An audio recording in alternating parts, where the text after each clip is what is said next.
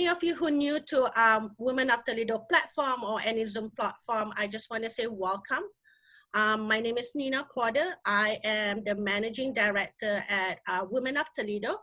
So what we do is we manage day-to-day operation at Women of Toledo. So if you're not familiar with Women of Toledo, I definitely welcome you to check our website. You know, and we have a great resources. What Women of Toledo do is we offer programs and services that help tackle with women economic empowerment. And we take a look at everything from marketplace, workplace, community, and family. How you can engage with us? Very easy. The 4 things you can attend, where you are right now. That's your first step. You can give your time and talent and volunteer. Of course, you can also support us since we are nonprofit. And if you're interested, you can also partner with us. And today we do have a couple of partners with us. Thank you. Thank you for joining us today. If you have not received our pre-session, I'm gonna go ahead and open it. You can still also get on our website. Just want to FYI, you should have a pre-session cycle to prepare you for the conversation today. And then if you did not get a chance, please go ahead and take a peek at it on your email. And if you did not get it, please reach out to me or anybody in my team for that. I just want to run through the agenda really quick. You know, we start at 7 o'clock, about 7:14. So we're about 5-10 minutes behind, but we'll still respect the time. You know, I did go over introduction, and then I'll introduce our team. Dr. P will go ahead and talk about the rules of engagement today for our space, and followed by the program today. The program today will be we will have 3 sessions, 3 parts. Part 1 is to educate, so you'll get some presentation from Dr. Angie Fitzpatrick. And then part 2 is engage. We will have a breakout room, about 10 to 11 people in a room. We are 2 co-facilitators that work with our session today. And then about half an hour, part 3 will bring everyone back together to the space. And then your facilitator or co-facilitator will be sharing 1 or 2 key points from your discussion. We do have a quick survey, very quick, that at the end of the session, it'll pop up on your screen. So I highly, highly recommend for you to take the survey. It's only like quick 3 questions, multiple choice, because we at Women of Toledo believe that data help us measure, because when you measure something, you can manage how we are doing for any program that we do. And hopefully we conclude our program today between 8:30 to 8:45. Thank you. Just really quick, I just want to encourage you to pop up to Women of Toledo website and then click on the program, and you see the responsive advocacy program. Under here, you should be able to get resources of what are we doing here. And here also will tell you a little bit about our partner. And then here you go is our team today. Before I go through our rules of engagement, Dr. P, perhaps we can introduce our program partner. Yep. Today's session, we have 2 program partners. We do have Toledo Moms over here and Advocacy Center for Women. Ashley? Hi, everyone. My name is Ashley Ralston. I'm the owner and founder of Toledo Moms. We are a local focused parenting resource for moms and families. We're passionate about parenting in our community. We strive to connect area moms to relevant resources, businesses, and can't miss events around the area. So we're so excited to partner with Women of Toledo with this. Thank you so much. And another partner that we have today is Dr. Angie Fitzpatrick with Advocacy Center for Women.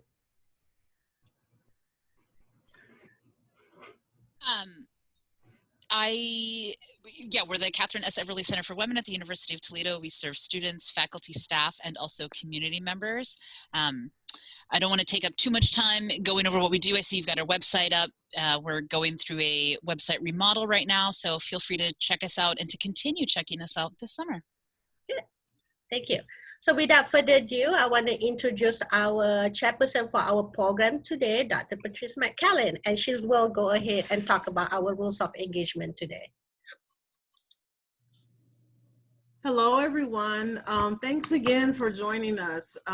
We have a good evening planned, and so what I'll do, we'll just briefly, I'm sure many of you have had a chance to read our rules of engagement today, but before we do that, I would ask each of you to grab a pencil or a pen and some paper. And what I want you to do is to draw two columns. And so in one column, I want you to put thoughts. And in the other column, I want you to put emotions. Because this conversation today, because there's so many of us, it's hard to have a quote unquote safe space. And this is more a creation of a brave space because we're here talking about white privilege, white fragility.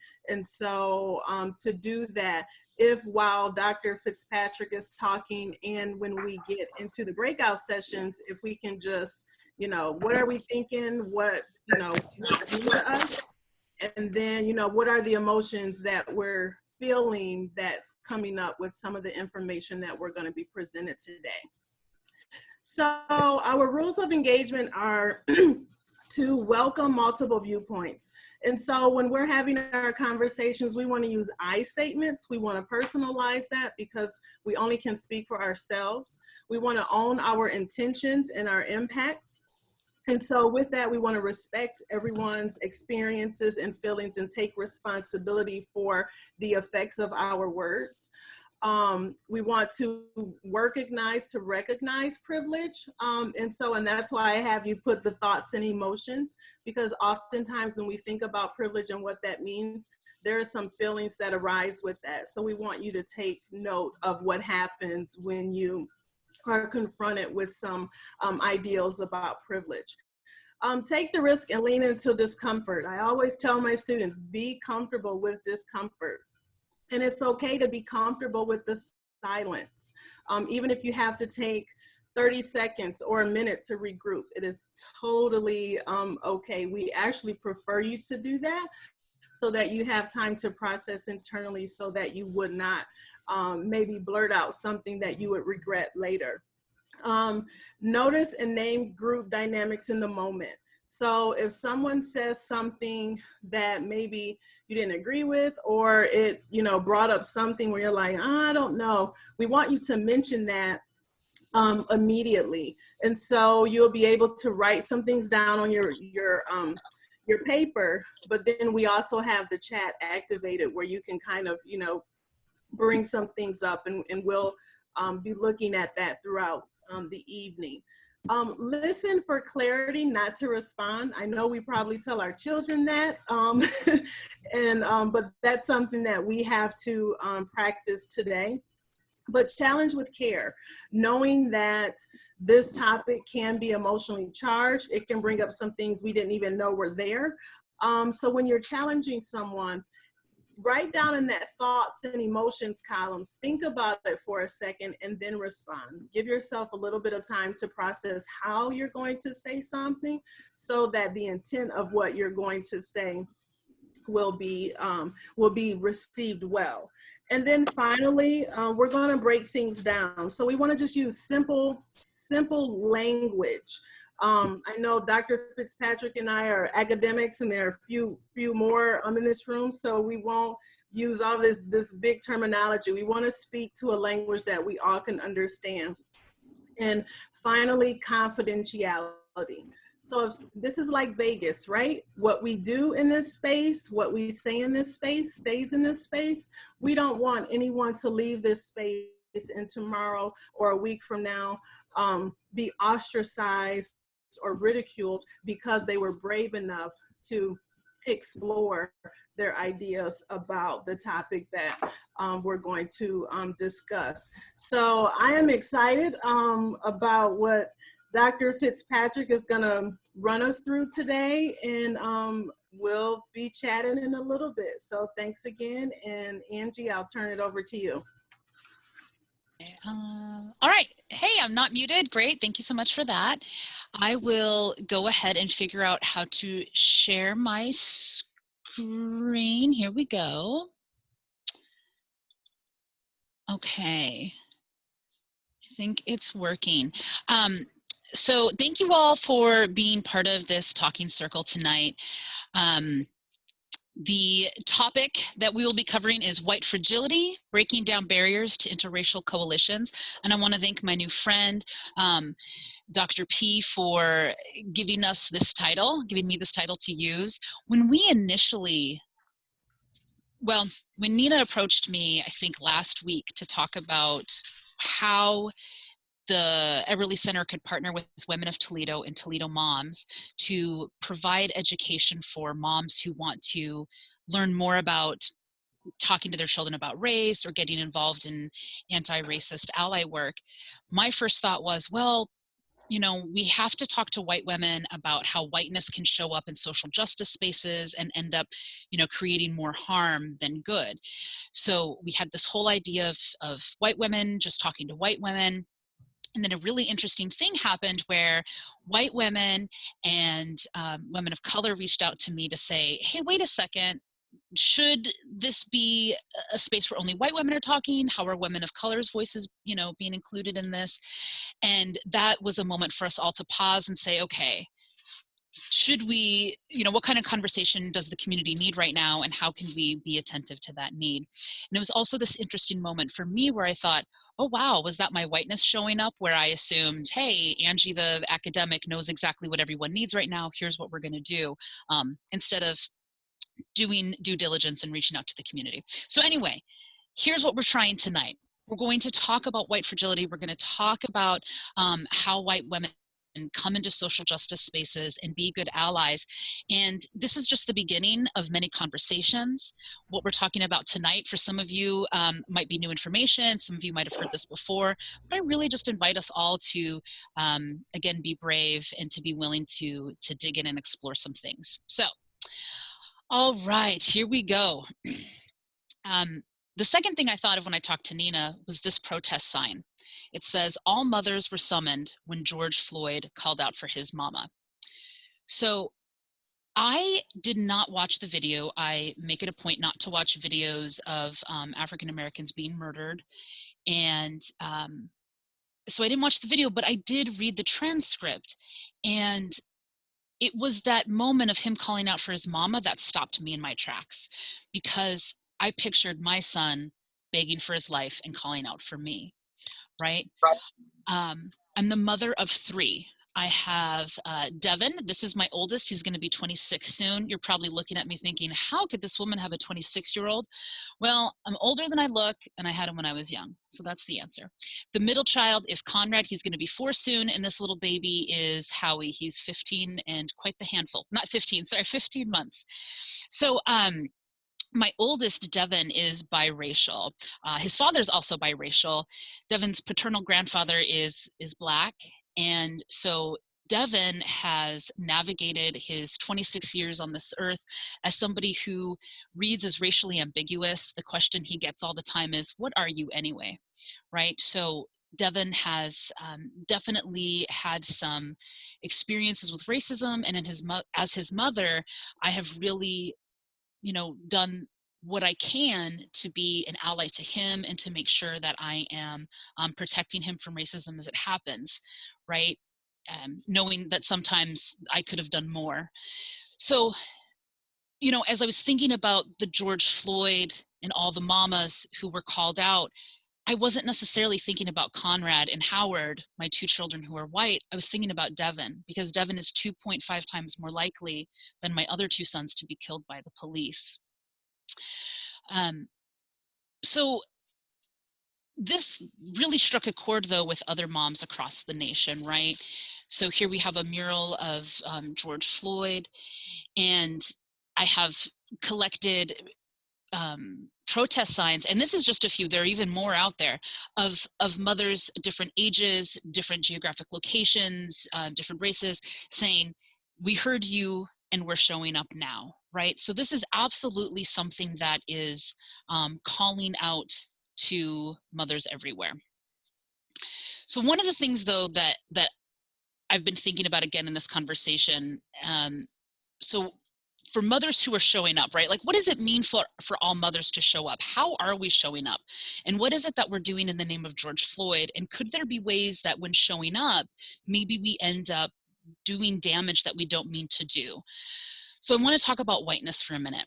And when I'm talking about whiteness, what I'm really talking about is a consolidation of power among people who are defined and perceived as white. So I'm not necessarily talking about like, hi, I'm the white girl who likes to eat tater tots and I watch Gilmore Girls, right? I'm talking about me being somebody who grew up with white skin in white communities where, you know, I was a teen mom, and my experience as a teen mom was very different from the experience of an African-American teen mom, right? And that's because of my skin color.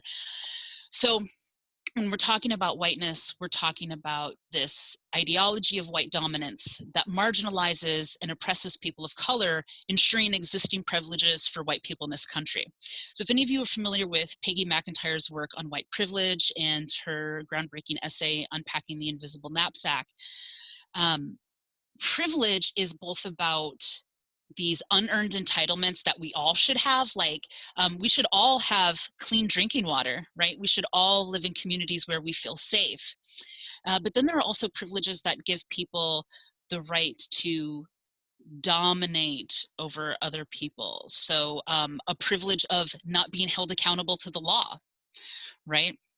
That's something that nobody should have. We should all be held accountable to the law. So when we're talking about whiteness, I really want you to hear it as a conversation about whiteness as a consolidation of power and not necessarily individual white people. All right.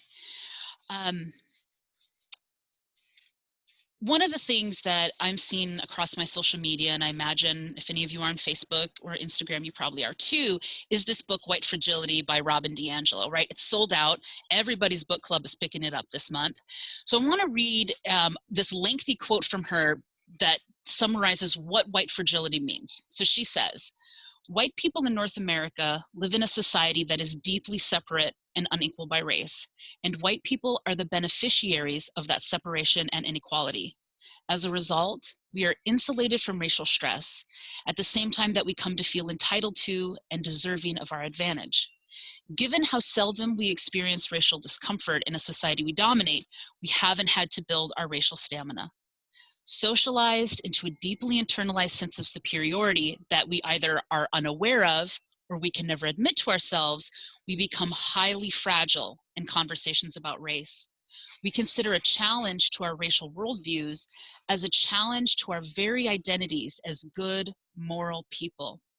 Thus, we perceive any attempt to connect us to the system of racism as an unsettling and unfair moral offense. The smallest amount of racial stress is intolerable. The mere suggestion that being white has meaning often triggers a range of defensive responses. These include emotions such as anger, fear, and guilt, and behaviors such as argumentation, silence, and withdrawal from the stress-inducing situation. These responses work to reinstate white equilibrium as they repel the challenge, return our racial comfort, and maintain our dominance within the racial hierarchy. I conceptualize this process as white fragility. It is a powerful means of white racial control and the protection of white advantage. So DiAngelo is not the first person to talk about whiteness. Her book came out just a couple years ago. There's a lot of scholarship on whiteness from African-American folks, Latino folks, white folks, Asian folks. But what DiAngelo's done, and I think this is why her book has become so popular, she's given us some language to understand that moment when a white person feels under attack and suddenly a conversation about race becomes a conversation about them and themselves.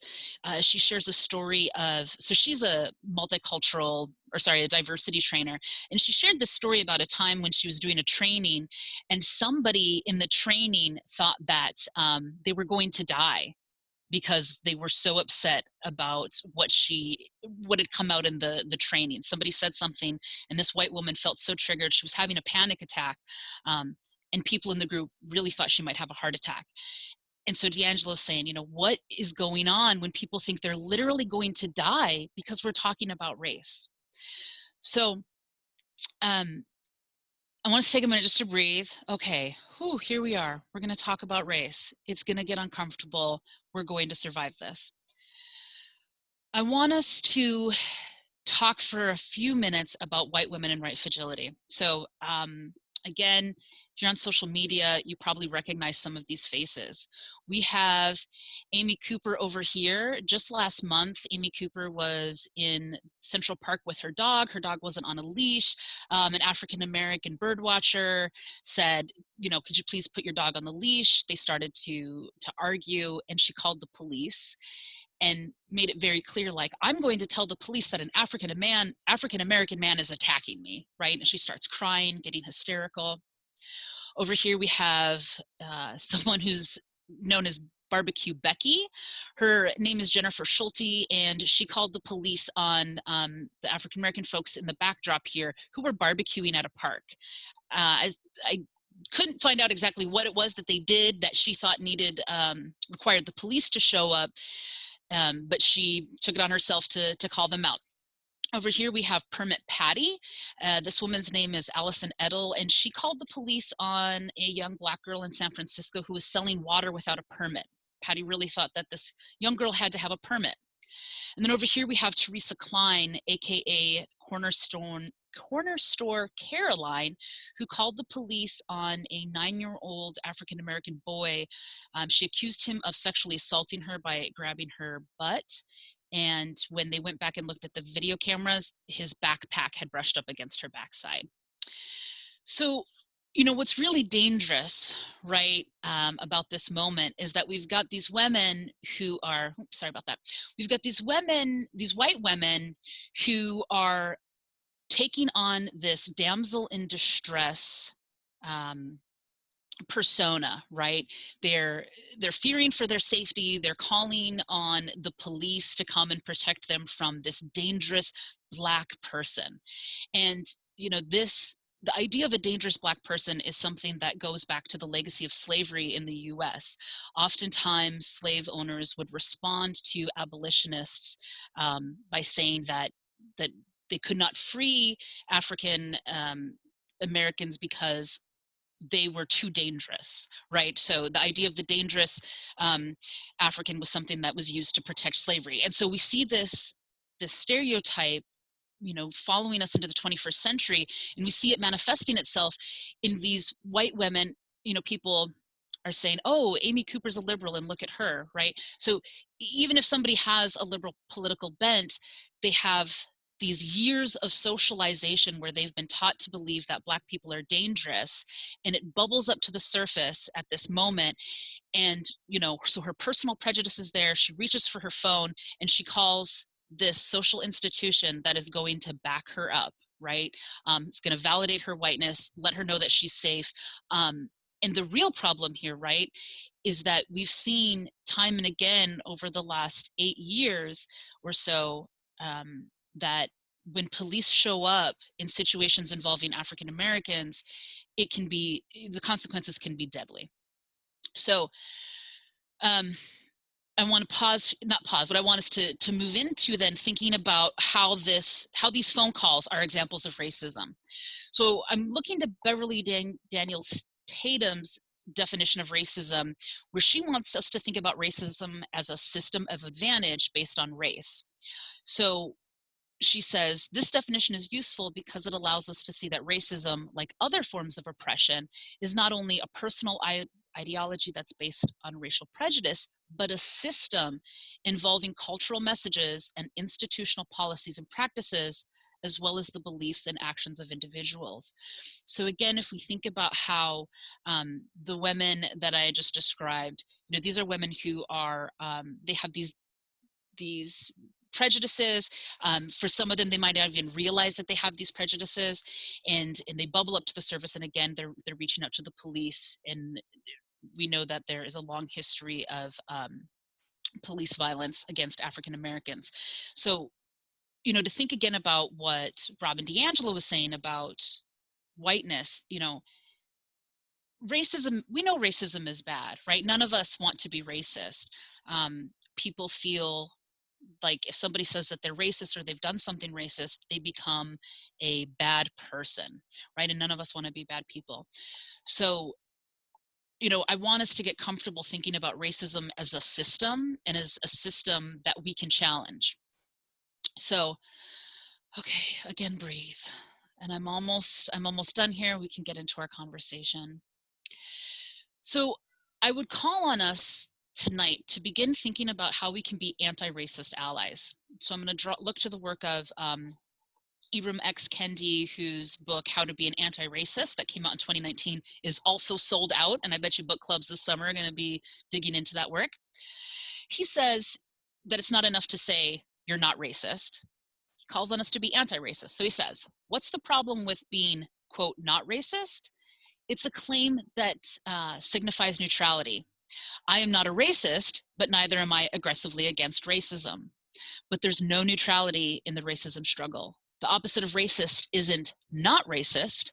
One either allows racial inequalities to persevere as a racist or confronts racial inequalities as an anti-racist.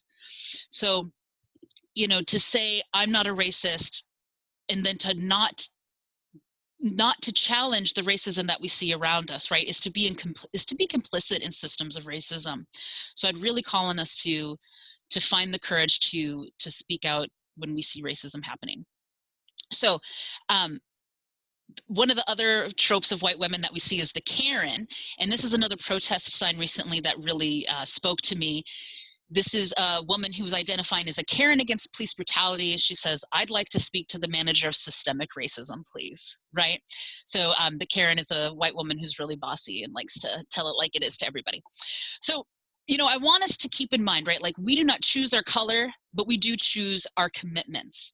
So it is possible for us to build a better world. It is possible for us to, you know, be somebody who is reflecting on the way that we're occupying the world, the way we're interacting with other people.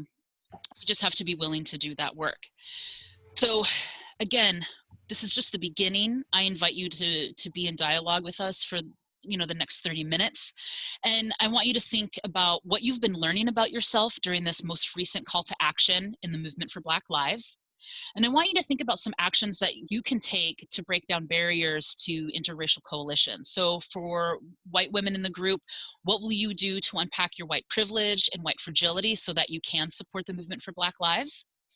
Black women, what do you need right now from white women and from non-Black women of color? And to the non-Black women of color who are on this call, what will you do to support the movement for Black lives? I didn't have time to get into the complexity of it, but we know that at times there can be hostility between racial groups that aren't white, right? So there's so much here. I've heard Nina talk about the messy middle. I think there's a lot of messy middle here, and again, I invite you all to dig into that. So that is all that I have for my piece. And let's get into the discussion. Well, thank you, everyone. Welcome back. Welcome back to our full space here. So what I'm going to do is I'm going to go ahead and do the last session, part session 3 for today. So we're going to go room by room, and hopefully they will share 1 or 2 takeaway. So facilitator for the room, you know, about 2 minutes to 3 minutes, if you can help us recap. So room number 1, we have 2 facilitator, Malika Bell. She's with University of Toledo, and Erin Pedersen. She's also with the YWCA. So who would like to share the takeaway for breakout room number 1?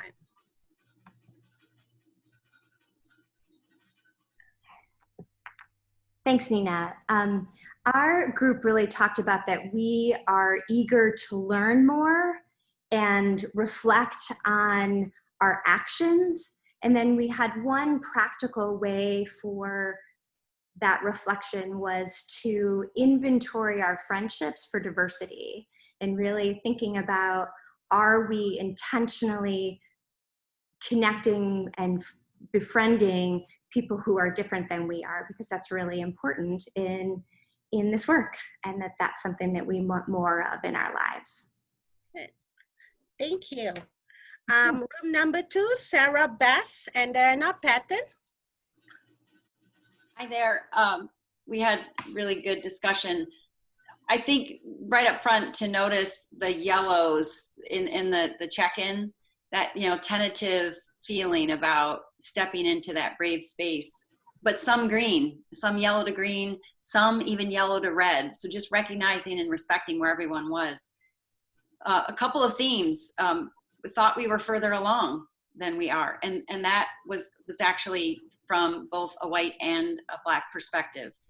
Anger, fear, frustration, confused, don't know what to say or do, feel concerned about not knowing what to say or do, and recognizing that we have a lot to learn. Those were some of the common themes.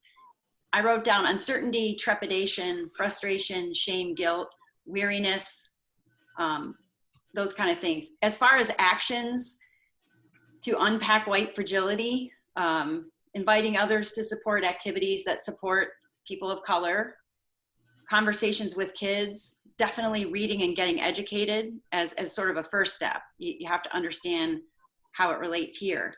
From Black women, what do you need from white women and non-Black women of color? Educate yourself. Have grace for people who don't know what they're saying, which is, I thought, oh, that was powerful advice.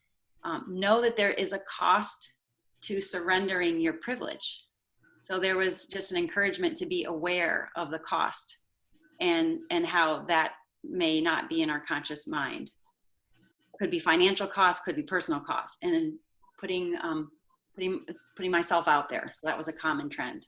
Rich discussion. Thank you, Sarah and Diana. So room number 3, I have Sarah Clark and Erin Martin.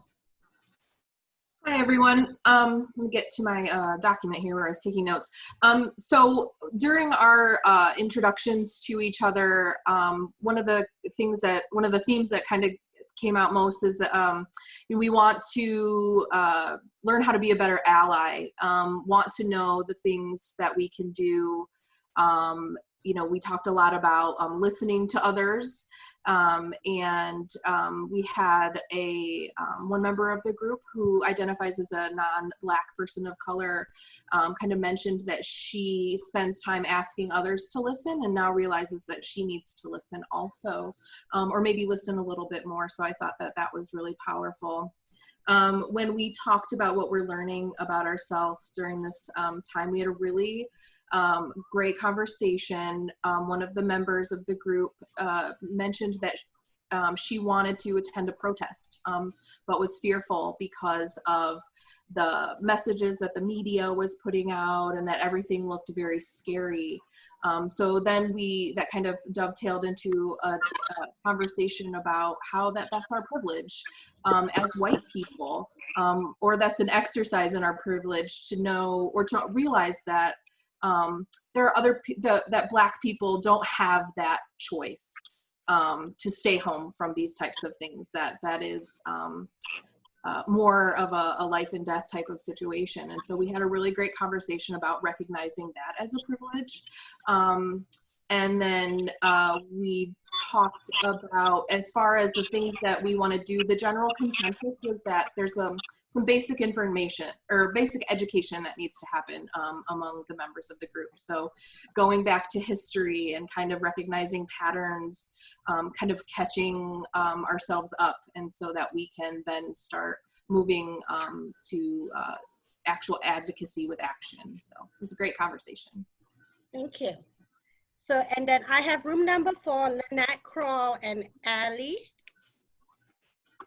Hello, everyone. So our group was experiencing a lot of tenderness, and we had a good mix of some folks who were here to continue deepening anti-racism work, and then also some folks who this is their completely first step into any kind of unpacking of white privilege and kind of becoming aware of this issue in a broader sense. And so, you know, our discussion really focused on, you know, sitting with those feelings and making space for them, and, you know, being aware that, you know, the education piece, as other group facilitators have mentioned, is really the tip of the iceberg, but it is a path that can take us deeper into where we need to go. And so we kind of had the consensus, you know, of the need to keep educating ourselves, you know, not just in from one or two sources, but really in a well-rounded way. And then we also discussed the importance of how to, as white women, you know, support one another, and in what spaces is it more appropriate to go to other white women with our feelings, as opposed to, you know, taking up space in relationships with people of color, with women of color, when we really want to be supporting them. And so, you know, there's an eager openness, I think, in our group to taking that next step and to learning how we can be ambassadors as white people to other white people, you know, and as well as to our sisters of color and our Black sisters. Thank you, Ellie and Lynette. Okay, the next one, I have room number 5, Linda, and Fairweather, and Rachel Hobson. Hi. Okay, so you know, it's similar to what was just said, which I think first it was just about creating some space to acknowledge the level of passion that we're feeling about this topic. I think Liz Thies, she did a beautiful job of explaining, you know, kind of from being a white woman, what it was like to kind of realize, and that was a common thread. Linda had talked about that as well, realizing how real that was in her own experience, and wanting to, for a number of years, not resonating with that path and that experience, and kind of that internal conflict of how to navigate that and the emotions that come with it. And so we definitely made space for that. There was also a discussion, the theme definitely was understanding and self-reflection, I mean, consistently with what everyone was talking about.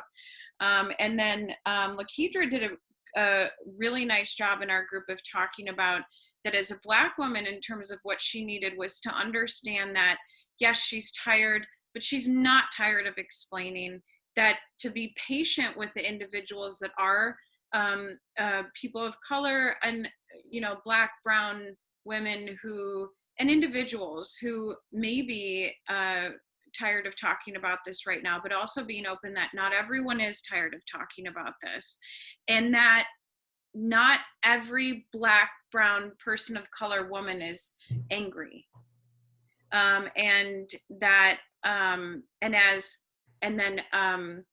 it was Sabrina that brought up, well, as a white woman, if you are, we feel strongly that that's okay.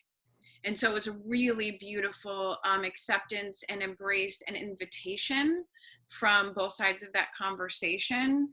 And there's something else. I'll just add in, and I saw it show up, Nina put it out there too, about listening, but it came up in several of the conversations that this is, for white women, this is a lifelong learning experience. We're not going to be done. So you couldn't have learned something in your 20s and be done. It's just constant relearning until we die. Well, thank you. The next one, I have room number 6, Dr. Angie Fitzpatrick. I think she's by herself there. Hi there. No, she wasn't by herself. Hi, Nina. It's Rhonda Sewell. I am not Dr. Angie Fitzpatrick, but I love her dearly. I co-facilitated with Dr. Angie She asked some powerful questions of our group. And yes, we do need more time because this was dynamic. I mean, we didn't want to get out of our room. But most of the women in our group were on green. They were full of hope. But many were on yellow as well. So they said they were greenish yellow because this is a new space, a new forum. And as other groups have already mentioned, the first time that they're unpacking these heavy conversations about race and white privilege. Dr. Angie, the first question she asked of our group was, what are you really learning about yourselves? And our group really took on the topic of re-examining their feelings around the police. So examining how they grew up and what were some of the feelings that they had or the notions that they thought about the police. Half of the white women in our group were saying things about, you know, the police were supposed to be good and protect you. And then we also felt that we should all change our pronouns to she, her, hers, and then put badass at the end of it. So all of us need to change our signatures to that. But anyway, there was some badasses in our groups that as young women, they had the F the police notion. They were always getting pulled over, always yelling, but getting out of things. And it wasn't until either they had biracial children or Black lovers or whatever that they saw the dehumanization inflicted by some police on Black men, especially. So that was a really heavy conversation for the first part of our discussion. The second part was Dr. Angie asked about actions to build coalitions and break down barriers. And, you know, it was a lot of silence in the beginning. It was like we're kind of afraid everyone to really talk about things. And then one of the Black women in our group really talked about, let's kind of define what we're all here to talk about. It really is anti-Blackness. That's how she defined it. And she said that there's a luxury of feeling sadness among Black folks, and especially Black women. That is a luxury amidst all the other things that we have to do in life, such as educating allies, mourning the loss and feeling what we're feeling. She even mentioned having periods for some of us who are still having them, protecting our children, doing all of that in the midst of this, that there is a luxury of feeling sad right now. So I thought that was powerful and heavy and something that maybe the white women in our group, you know, needed to hear and educate themselves, because they're trying to unpack a lot, but we have sort of this heavy, heavy, heavy burden to kind of take care of everybody, even white women, like, you know, to talk to them and get in these protected spaces to say, you know, what can I do? How can I help? When we have already these heavy burdens and we don't even know what to do with it. So it was a great, great conversation, and thank you for this. Thank you, Rhonda. I really appreciate that. And the next one is room number 7, Sophia and Ashley. Thank you. In our group, we had primarily a range of yellow to green. Some folks felt they were ready to take action and to delve deep into some of these challenges of white fragility. And the yellow tended to be more about this was a new space for folks and experiencing it for the first time. The range of learning was pretty broad for our group. I think one of the common things around what they learned was that what people articulate was that as a country we have not come as far as people have thought, and that our attendees also mentioned how in their own actions they recognize that. So someone talked about, you know, I realized, you know, I wasn't calling out my family out when there were times I really could have been doing that, or I wasn't outreaching to Black-owned businesses when I could have been doing that, or I did step away when it got comfortable because I thought it wasn't my fight. So people recognize that not just as a community that we haven't come as far, but in our own actions, we may not have come as far as we thought we may have been as well.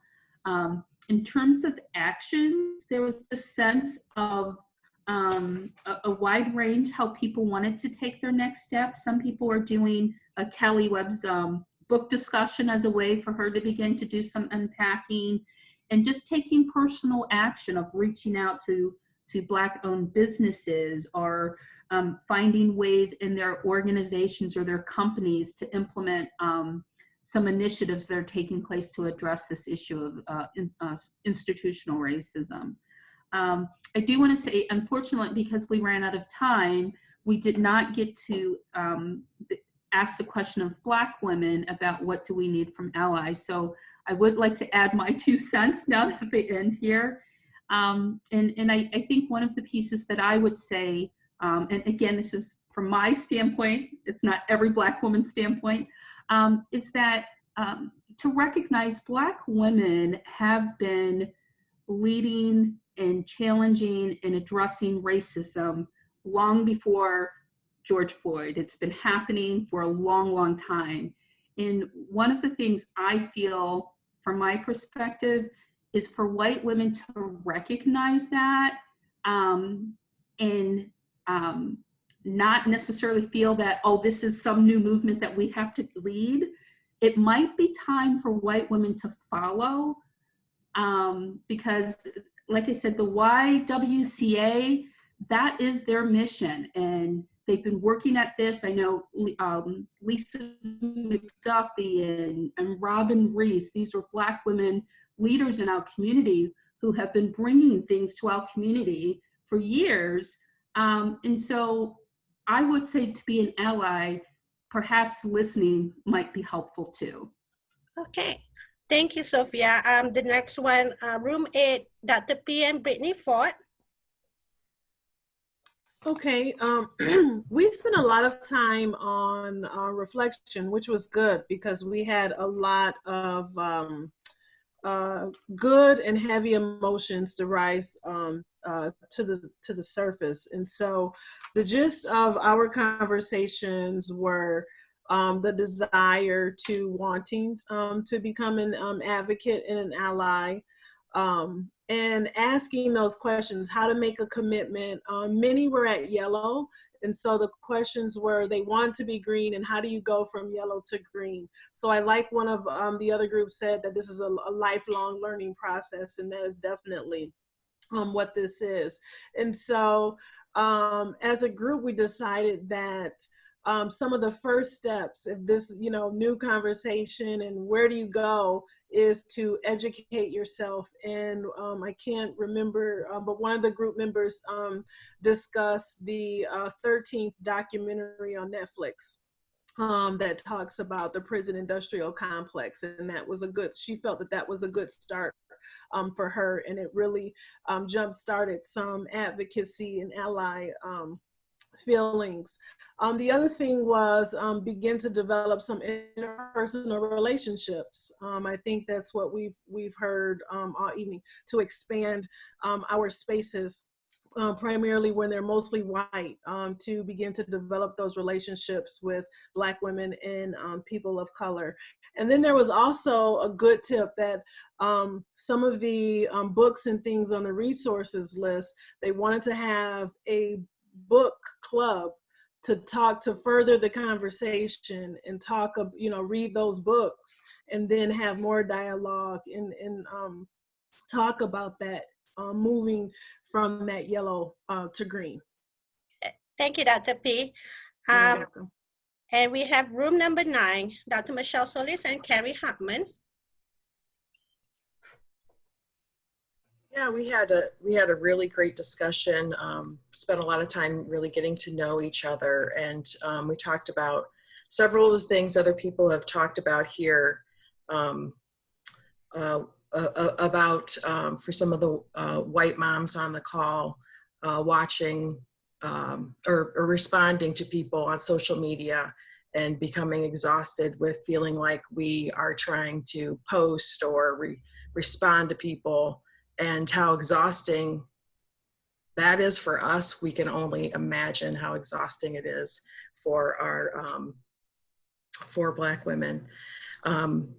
Almost all of us talked about being moms and how this, how we want to learn how to talk to our children about race, how we want to do better as moms. A few people shared their reflections of thinking about times and situations where they were growing up and their moms, there was some implicit bias there that they're remembering. It wasn't, you know, what anybody would call racist, but now that they think about it, they don't want to do that.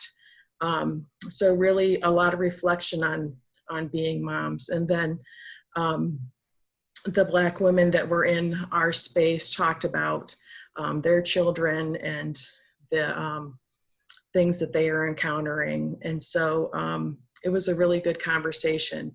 We just started touching on what can we do? And so I think that leads us perfectly into the next part of this conversation.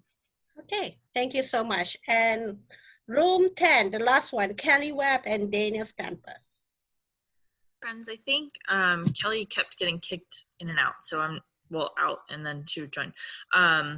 We talked mostly in our group about the self-awareness and in raising that self-awareness and how that's happened. So some folks were new to thinking specifically about what racism and white privilege look like, and others, you know, were talking about how they continue to grow in that. And so that was most of our conversation. We talked a little bit about resource sharing because like what some of y'all have said, folks were really interested in how to grow their capacity for anti-racist work. So really excited for the next part of our conversation. Good, thank you so much. And of course, I want to say thank you so much to all the facilitators for your time and talent to facilitate all the breakout session. So where do we go from now? So that's it. How do we get empowered and going next? So I do have Kelly Webb from YWCA. Is she on the phone or she got kicked off? Hopefully. Kelly, are you still in our conversation? Okay. Kelly got kicked off. She asked me to. All right, go ahead. Erin, do you want to talk a little bit about, why? Sure. So Kelly's internet is having some difficulties. So certainly she would do this better, but I'll give it a try. I am on the board of the YWCA, and Kelly is the racial justice director at the YWCA, and was going to talk a little bit about the Dialogue to Change efforts that they have, that they coordinate. So I want to give you a little history of the Dialogue to Change education program. It was started about 6 or 7 years ago by the Toledo Community Coalition, and they led an effort of trying to figure out how could the Toledo community start to have important conversations related to race. And so they researched different programs around the country and found one that they felt was strong, and they modified it a little and they call it Dialogue to Change. And the YWCA was asked to sort of manage the program a few years ago and have been doing so since then. They were doing it entirely as with volunteers, and just a year ago Kelly Webb took over as the racial justice director, and we're thrilled to have her come up with to refine the tools and also to create all the administrivia to make it work. And so we're really now ready to facilitate these important conversations. In the past, it was designed where there were interracial groups had participated in about a 7-hour conversation where they talk about race and issues of white privilege and systemic racism, and then they transitioned into talking about action. What we've decided is to switch gears a little bit and to have that first half of the program really focused on single race conversations, to have white people come together and go through and have some of those important conversations, to have Black people come together and talk about those issues, as well as non-Black people of color, to have groups to be able to talk to each other about these important concepts, and then to bring the groups together in mixed race groups to really work on some of the action projects when people are ready to do that. And so we will be sharing that, one, we're looking for some facilitators, because it looks like there'll be more people who are enthusiastic about participating. And we're also looking for participants. So the YWCA will be sharing how people can get involved over the next week or so. And we'll be sharing that with Women at Toledo and the moms groups and through other venues in the community, so that we'd really love to have these really important conversations to continue. Good. Thank you so much, Erin. Just really quick, like again, if you want to hop over to our website, and if you can click YWCA, it will take directly to Kelly's. And if not, if you scroll down here, you can see Kelly, and you can click on Dialogue to Change. With that, you will get connected. Kelly also is a part of our recovery responsive task force, so you'll be happy to be able to find them there. Again, before I want to be done at 8:45, so you have a couple more minutes. Again, you can always hop over and you can see all your session today, and then you know, all the books and all the movie that was mentioned through the chat room also you can find here. If you don't mind, if you can multitask, I do want to put a poll out. I really appreciate your participant today. So if you can, it's anonymous. It will just launch. You will see on your screen, there's a polling. If you can take this survey really quick, it just saying that before attending the survey, how would you rate your knowledge about the topic today? And then you can just scroll down and then see the next question, you know, how do you feel after attending the session today? And then we'll be wrapping up. If you don't mind, I'm just gonna go ahead. The next follow-up for Women of Toledo, we are doing a weekly conversation throughout June until October. We wanna be able to educate, engage, and empower all of you by the time the election comes, so that you can have better understanding of our current issue and the ecosystem right now to make a good decision when it comes to help with making the decision in overall. Next week, we do have a conversation on June 17th. It's a women's circle. Those are something we do on a monthly basis. And we're gonna have a state representative, Paula Hudson. You know, she's going to be joining in from 6 o'clock to 7:30. You can just check it out, RSVP.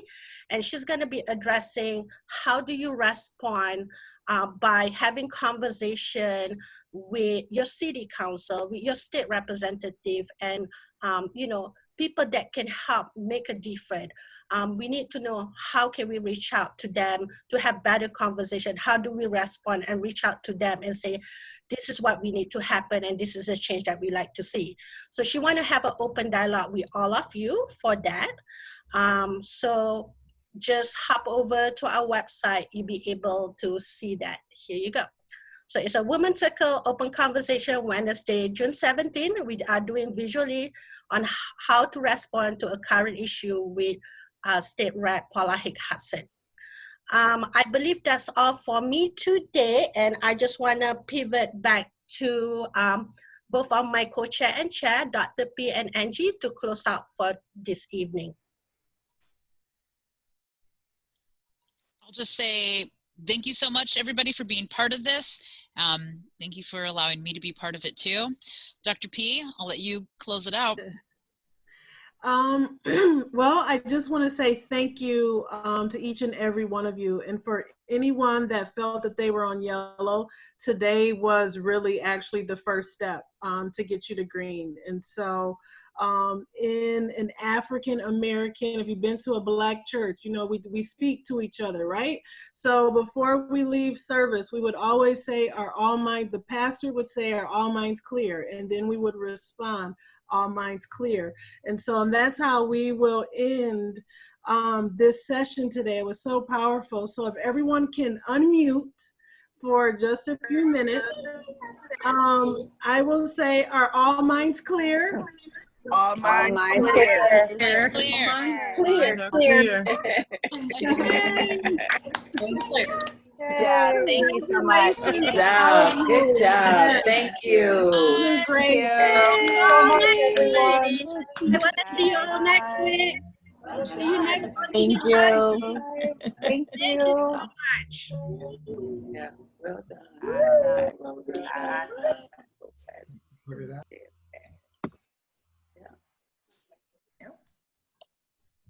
Great.